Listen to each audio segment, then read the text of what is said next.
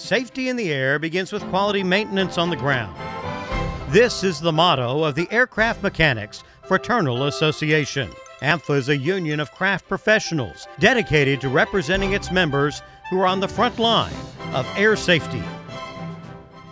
Center Alaska 261, we're at 26,000 feet. We are in a vertical dive. Alaska 261, clear condition. And that plane has just started to do a big, huge plunge, and he just hit the water.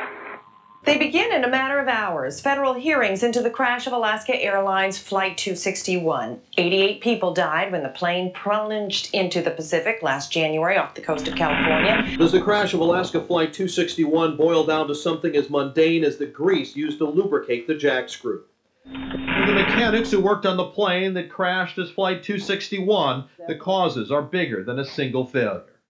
AMFA had been with Alaska Airlines about 3 years, and we took a GO team down there and represented our members during that accident. I participated in the Flight 261 investigation, and while we all went in with the overriding goal of finding out the precise cause of the accident, that you notice right away that the different parties to the investigation.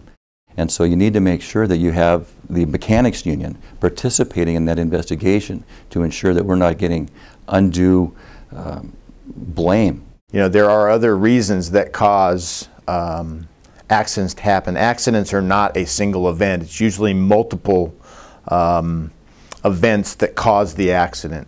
So we spent many weeks recovering all of the aircraft parts, identifying them, putting them in the hangar, going through an analysis of the parts and the failure mode of what happened in that accident.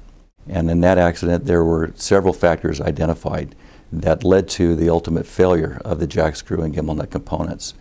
Now, one of the dirty secrets of accident investigation is that generally the parties share an economic interest, that it's always cheapest and most convenient to blame an accident on a single individual, to blame it on a dead pilot or to blame it on an aircraft mechanic. When we diverted into Yuma with aircraft 632, when the top opened up and they diverted in, they had a rapid decompression from going from Phoenix to Sacramento. There's so many parties to an investigation that you definitely want to be represented and have somebody knows how to work with the NTSB, how to work alongside the NTSB, and the responsibilities to take. You want somebody in your corner that's going to stand up when the finger starts getting pointed at the mechanics that something wasn't maintained correctly. So the incident in the Helios event, the fault was found with the mechanic that had left a cockpit switch in a certain position.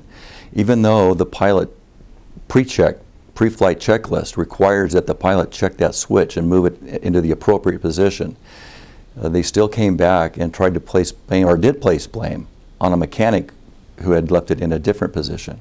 The average aircraft technician faces this dilemma. He's the servant of two masters. He's employed by an airline. He's licensed by the FAA. However, the airline has another agenda, which is to push the aircraft out and meet its schedule. So there you have the aircraft mechanic whose wages week to week are dependent on satisfying the airline, and the FAA not willing or disposed to defend his employment rights. That's where the orientation of AMFA is critical, that we will defend you. Where the FAA will not, we will come in and defend you when you put an aircraft out of service, because that is your obligation under your license and under federal law. Where most people would think that a union simply is a contract, what we offer goes beyond that contract. You know, an aircraft technician can be hired by A, B, or Z airline. At the end of the day, it's the FAA that owns that individual's license. And without that license, you can't get hired by one of those carriers. As aircraft technicians ourselves, we're able to provide a service of understanding and are able to go out there and fight to the very end without that individual having to go hire an attorney on his own. What you're referring to is an FAA letter of investigation, otherwise known as an LOI. And in that, basically, the first letter of investigation is exactly that. The FAA is looking for more information from that mechanic to explain what the situation might have been. But what I will do is get with that technician, review their response, and assist them with their response to the FAA, whether it be written or verbal. The FAA will then either drop the case, maybe place a letter in that individual's file in Oklahoma City for, say, 2 years, or they'll escalate that and ask for a certificate action. So what we do is we obviously want to avoid that, because in today's world, there's not many carriers out there that will hire a mechanic or technician without a license. No license, no job. For the union members that are paying their union dues every month, one of the things that they get for their dues is the representation, not only in contract matters, but in all matters that surrounding the aircraft technician, what our union represents. The members have to be confident that the union is there helping protect them when times of question on a particular task has been done. The safety aspect in aviation could be from an OSHA standpoint, industrial safety, anywhere from hearing protection, personal protection, breathing apparatuses, stairways and ladders and what have you, and then standards, really how a manufacturer's procedures are adhered to, and FAA standards as well. The professional standards program that we have is it's a conflict resolution tool that is available to resolve conflicts both between AMFA members, so it doesn't go to the company where people's careers are at stake, and it's also a valuable tool to use with the other work groups. The public expects a high level of safety from aircraft technicians, and we at AMFA strive to have the highest level of safety. And how we do that is making everybody aware of what they need to do as a technician, not only in the sense of professional standards, in the work that they do, understanding the maintenance manuals, the regulations.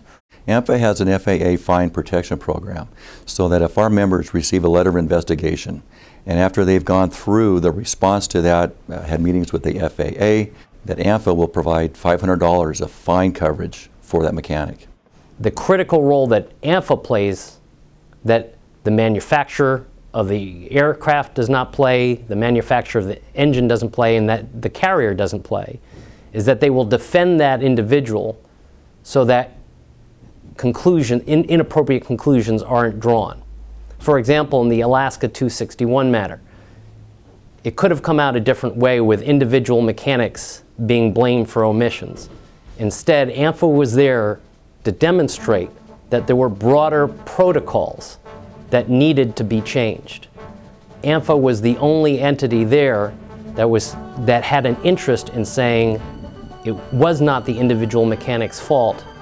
It was the problem with a larger system and a set of protocols that were not properly developed in order to maximize safety. That's the role that AMFA plays in an investigation that no other party of interest is there to play. I think that motto says it all. Safety in the air begins with quality maintenance on the ground. That's the basic truth. You know, we strive ourselves to be the best mechanics around, and in order to have safety in the air, you have to have the quality of maintenance on the ground.